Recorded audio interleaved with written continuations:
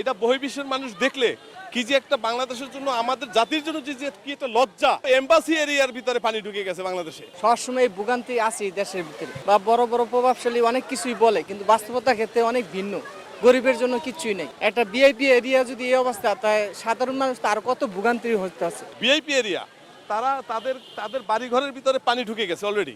এটা বহির্বিশ্বের মানুষ দেখলে কি যে একটা বাংলাদেশের জন্য আমাদের জাতির জন্য যে কি একটা লজ্জা, সেই লজ্জা পুষানো যাবে না বলে তার কারণ হলো এমবাসি এরিয়ার ভিতরে পানি ঢুকে গেছে বাংলাদেশে। এর একটাই কারণ হলো দুইটা লেকের উত্তর মুড়ায় ডুবে গেছে, দক্ষিণে লেক খালি আছে। তার মানে পানিগুলো যাইয়া সারতে পারতেছে না। এটার জন্য উচিত ছিল সরকারের আগেই পদক্ষেপ নেওয়া, যে এখানে একটা কালবোর্ড সিস্টেম করে দিই। সকাল থেকে এই পর্যন্ত কাউকে দেখা যায় না যে সরকারি কোনো লোক এসে কোনো একটা পদক্ষেপ নিছে। এটা এখন তো আমি দেখি না, সকাল থেকে আমি আসি। তো আমি যেটা মনে করি যে এইটার নিচে যে একটা পাইপ আছে, সেটা পাইপটা আমরা অনেক আগে থেকে দেখছি ছোট চিকন, ওটা দিয়ে এমনি সাধারণ বৃষ্টির পানিও আমরা দেখছি যে যাই সারতে পারে না। তাহলে তাদের এইটা আগেই প্রোগ্রামটা করা উচিত ছিল, যে এরকম ঝড় বৃষ্টি বাংলাদেশে সবসময় প্রতি বছরই হয়। সবসময় ভোগান্তি আছে দেশের ভিতরে, কিন্তু আমরা বলি মিডিয়ার সামনে, বা বড় বড় প্রভাবশালী অনেক কিছুই বলে, কিন্তু বাস্তবতার ক্ষেত্রে অনেক ভিন্ন। গরিবের জন্য কিচ্ছুই নেই, সাধারণ মানুষের জন্য এই দেশে কিচ্ছুই নেই, কিন্তু আমরা কথা বলি অনেক কিছু। হ্যাঁ, এই আর কি দেশের পরিস্থিতি।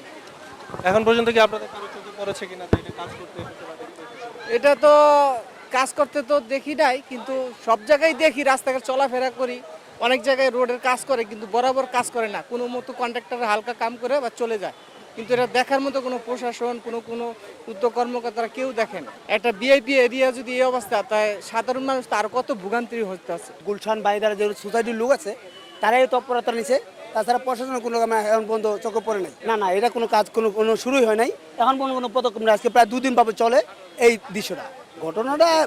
ঘটনা ওই পাশে পানির চাপের কারণে এই পাশে আইলগুলো রাখতে পারে নাই, এবারে পিড়াটা টিকতে পারে নাই, এটা আবেদায় ভেঙে পড়ে গেছে। গতকালকে হয়েছে আপনার ভাঙতেছে, বেশি ভেঙে গেছে কালকে থেকেই। সকালে কম ছিল, আমরা কিছু সাপোর্ট দিয়েছিলাম বাস টাস দিয়ে। পরে রাত্রে আবার গাড়ি চলছে দিক দিয়ে, তারপর আপনার ওই এই ভাঙছে একটু বেশি। আর পানির ফ্লোটা আবার হয়েছে, বৃষ্টি হয়েছে এই জন্য আর কি।